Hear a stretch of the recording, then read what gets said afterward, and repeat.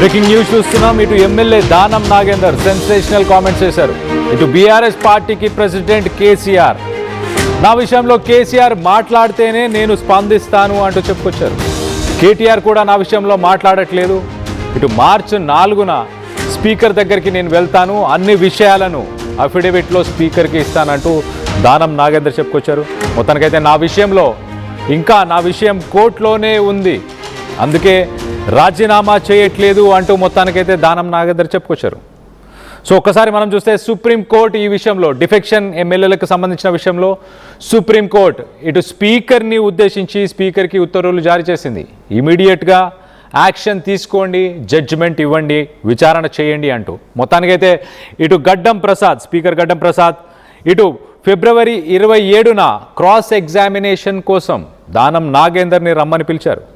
కానీ ఇంకా కొంత సమయం కావాలి, నా లీగల్ టీంతో నేను మాట్లాడాలి అంటూ సమయం తీసుకున్నట్టు తెలుస్తుంది. మొత్తం మీద ఇటు మార్చి 4వ తేదీన ఆయన దానికి సంబంధించిన అఫిడవిట్ని స్పీకర్కి ఇస్తానంటూ చెప్పుకొస్తున్నారు. మరో పక్కన సెన్సేషనల్ కామెంట్స్ అని చెప్పుకోవచ్చు. ఇటు బీఆర్ఎస్కి అధినేత కేసీఆర్ నా విషయంలో ఏమీ స్పందించలేదు.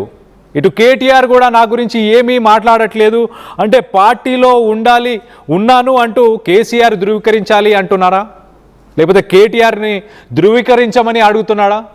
ఇటు దానం నాగేందర్ ఇటు కేసీఆర్ గురించి, బీఆర్ఎస్ పార్టీ గురించి, తన సభ్యత్వం గురించి మొత్తానికైతే సెన్సేషనల్ కామెంట్స్ అనొచ్చు.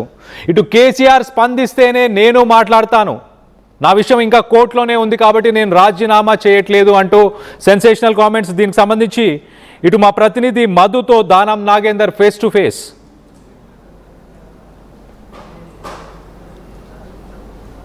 దానం నాగేందర్ అభివృద్ధి కార్యక్రమాలపైన బస్తీ బాట పట్టారు. రెగ్యులర్గా బస్తీలన్నీ తిరుగుతూ సమస్యలు ఏమున్నాయో తెలుసుకునే ప్రయత్నం చేస్తూ ఉన్నారు. దానం నాగేందర్ ఉన్నారు, మాట్లాడదాం. రెగ్యులర్గా బస్తీ బాట పడతా ఉన్నారు, తిరుగుతూ ఉన్నారు. ఇప్పటివరకు ఏమేమి సమస్యలు గుర్తించారు, ఇంకేమేమి పెండింగ్ ఉన్నాయి? ఇప్పుడు ప్రధానంగా ఈ రంజాన్ మాసంలో కానీ ఎండాకాలం కానీ మేజర్గా సమస్యలు వచ్చేటి ఇదే మాసంలో వస్తాయి. కాబట్టి ఆ సమస్యలకి గతంలోనే ముఖ్యమంత్రి గారు ఒక ఆదేశం ప్రకారము అధికారులతో మాట్లాడి ఒక పర్యటన ఇంతకుముందు జరిగింది. అప్పుడు పర్యటనలో మా దృష్టికి వచ్చినటువంటి సమస్యలకు ఇప్పుడు శాంక్షన్స్ తీసుకొచ్చి ఇనాగ్రేషన్ చేయడం జరిగింది, ఫౌండేషన్ వేయడం జరుగుతుంది. తర్వాత మంచినీటి సమస్య, ప్రధానంగా మంచినీటి సమస్య ఎక్కువ ఉంది కాబట్టి మళ్ళీ ముఖ్యమంత్రి గారి ఆలోచన విధానంగా మొన్న ఎండి వాటర్ వర్క్స్ కూడా చెప్పడం జరిగింది. రోజు మంచినీళ్ళు ఇచ్చేటే కార్యక్రమము 24 గంటలు ఇచ్చేటువంటి కార్యక్రమానికి కూడా శ్రీకారం చుట్టడానికి ఈరోజు మళ్ళా సింగూరు నుండి కానీ మళ్ళీ మనకు ఉన్నటువంటి ఉస్మాన్ సాగర్, హిమాయత్ సాగరే కాకుండా సింగూరు నుంచి కూడా సుమారు 7 టీఎంసీల వాటరు, గతంలో మాకు 3 టీఎంసీల వాటర్ వచ్చేది. కానీ అప్పుడు ఇరిగేషన్కి అవసరం ఉందని నిజామాబాద్కు మరి తీసుకెళ్ళడం జరిగింది.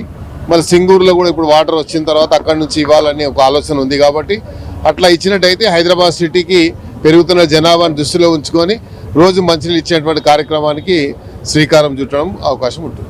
సమ్మర్ నిజంగానే వాటర్ ప్రాబ్లం ఎక్కువ ఉండేటువంటి అవకాశం ఉంది, వాటి అవసరం ఉంది. సో ముఖ్యంగా చర్చ జరుగుతుంది. దానం నాగేందర్ స్పీకర్ విచారణ వచ్చింది, రేపు 4కి పెండింగ్ ఉంది, ఏం చెప్పబోతాం? ఇప్పుడు విచారణ జరుగుతుంది, జరగడానికి మన అవకాశం నా ఏదైతే ఉందో నా అఫిడేవిట్ నేను 4th నాడు వేస్తాను, నా వాదనని వినిపిస్తాను. ఇప్పటికే చెప్పడం జరిగింది హైకోర్టులో కానీ సుప్రీంకోర్టులో కానీ స్పీకర్ గారికి ఒకసారి 2 సార్లు చెప్పడం జరిగింది. 4th నాడు మళ్ళీ ఉంది. 4th నాడు మేము తప్పకుండా స్పీకర్ గారికి మా ఆవేదన వినిపిస్తాం. దానం నాగేందర్ పాలిటిక్స్ విషయంలో కాస్త డైనమిక్ గానే ఇంత ముందుకు ఆసిఫ్ నగర్ నుంచి ఉన్నప్పుడు గెలిచినప్పుడు రాజీనామా చేసి ఉప ఎన్నికలకు వెళ్ళారు. ఇప్పుడు ఎందుకు వెనక ముంగడవుతారు, ఎందుకు సంశయం ఎందుకు? ఇప్పుడు కోర్టులో ఉంది కాబట్టి అప్పుడేమో ఏం లేకుండే, నా నిర్ణయం ఉండే.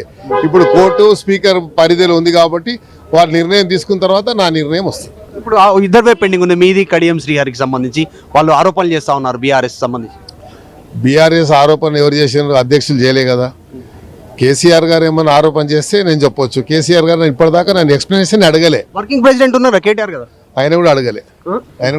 దానం నాగేందర్ చెప్తాను, కేసీఆర్ రెస్పాండ్ అవుతానున్నారు. వచ్చేటువంటి సమ్మర్ను దృష్టిలో పెట్టుకొని అభివృద్ధి కార్యక్రమాలు చేస్తున్నామని చెప్తా ఉన్నారు.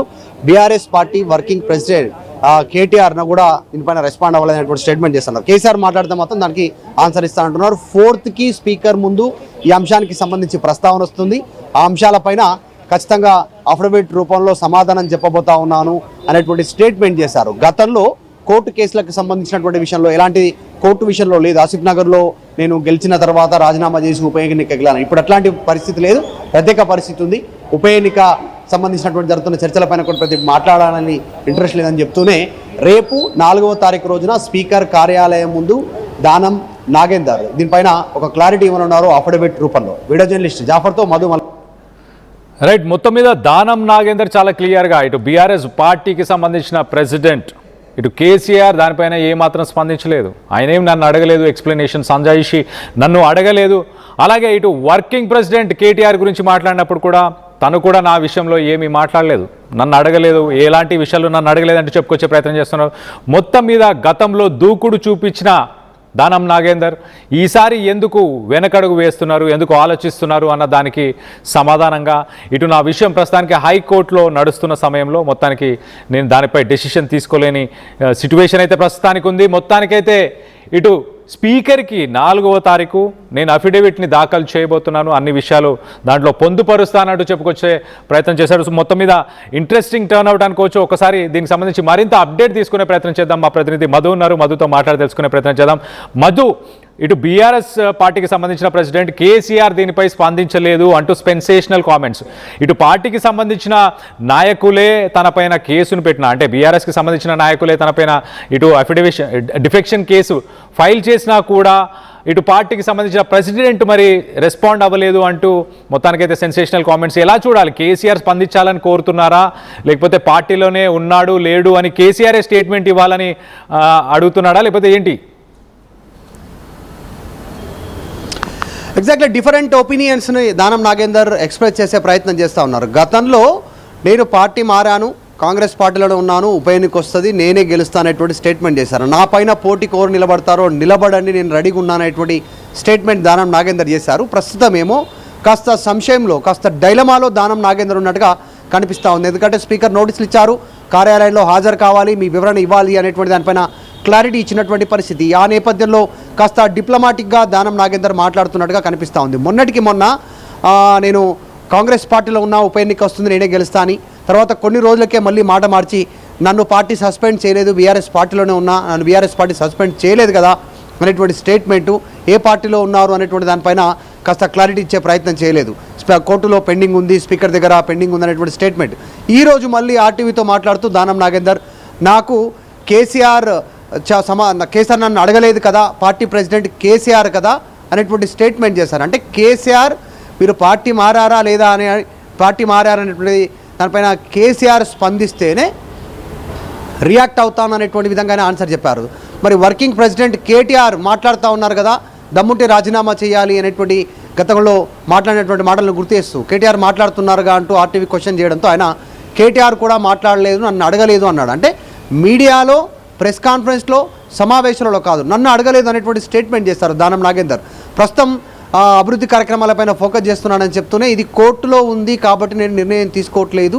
గతంలో ఆసిఫ్ నగర్కి సంబంధించినటువంటిది ఉమ్మడి ఆంధ్రప్రదేశ్లో అక్కడ ఎమ్మెల్యేగా గెలిచినా ఇమీడియట్గా రాజీనామా చేసి ఉప ఎన్నికలకు వెళ్ళారు, మరి అట్లా ఎందుకు వెళ్ళట్లేదు అనేటువంటి క్వశ్చన్కి దానం నాగేందర్ కూడా కాస్త డిప్లొమాటిక్గానే ఆన్సర్ చెప్పారు. ఇది కోర్టులో ఉంది, అఫిడవిట్ రూపంలో 4వ తారీఖు రోజు సమాధానం చెప్పబోతున్నానంటూ స్టేట్మెంట్ చేశారు. నిన్న ఆల్రెడీ కడియం శ్రీహరి ఆయన స్పీకర్ కార్యాలయం ముందు హాజరై అవన్నీ ఏఐ ఫోటోలు, ఏఐకి సంబంధించినటువంటి అందులో కనపడుతుంది, ఉన్న ఫోటోలో ఉంది, వీడియోలో ఉంది నేనే, కానీ మిగతా అంతా ఏఐ ఇమేజెస్, రాహుల్ గాంధీతో కానీ, దీపాదాస్ మున్షితో కానీ మిగతా వారితో దిగిన ఫోటోలన్నీ కూడా ఏఐ ఆర్టిఫిషియల్ ఇంటెలిజెన్సీ ఫోటోలని కడియం శ్రీహరి చెప్తే, దానం నాగేందర్ మాత్రం 4th రోజు అఫిడవిట్ రూపంలో అన్నీ చెప్తా, కేసీఆర్ అడగట్లేదు నన్ను, కేసీఆర్ అడిగితే సమాధానం చెప్తా అనేటువంటి స్టేట్మెంట్ చేశారు. ఓవరాల్గా ఈ సిచ్యువేషన్ చూస్తే దానం నాగేందర్ రాజీనామా చేయడానికి సిద్ధంగా ఉన్నప్పటికీ కూడా హైకమాండ్ నుంచి ఇప్పట్లో వద్దు, కొంత సమయం తీసుకుందాం, ఇంకొంత వెయిట్ చేద్దాం అనేటువంటి ఒక సూచన మేరకే దానం నాగేందర్ ఆగిపోయినట్టుగా తెలుస్తూ ఉంది. రేపు 4వ తారీఖు, ఈరోజు ఆల్రెడీ March 2, రేపు ఎల్లుండి March 4న స్పీకర్ కార్యాలయం ముందు దానం నాగేందర్ హాజరు కానున్నారు. ఇప్పటికే కడియం శ్రీహరికి సంబంధించి సమాధానం తీసుకున్నారు, ఇంకా క్లారిటీ రాలేదు, పెండింగ్లో ఉన్నటువంటి విషయం. సో ఒకటే రోజు వీళ్ళిద్దరికీ సంబంధించి 4వ తారీఖు రోజు క్లారిటీ ఇవ్వనున్నారా స్పీకర్ దానం కడియం పైన, లేదంటే దానం వివరణ కూడా తీసుకొని ఇంకా కాస్త సమయం తీసుకుంటారా, ఏం జరుగుతుందనేది చూడాలి. ఎందుకంటే వచ్చేటువంటి జిహెచ్ఎంసీ ఎన్నికలు దృష్టిలో పెట్టుకొని కూడా డెవలప్మెంట్ పైన దృష్టి పెడతామని చెప్తా ఉన్నారు.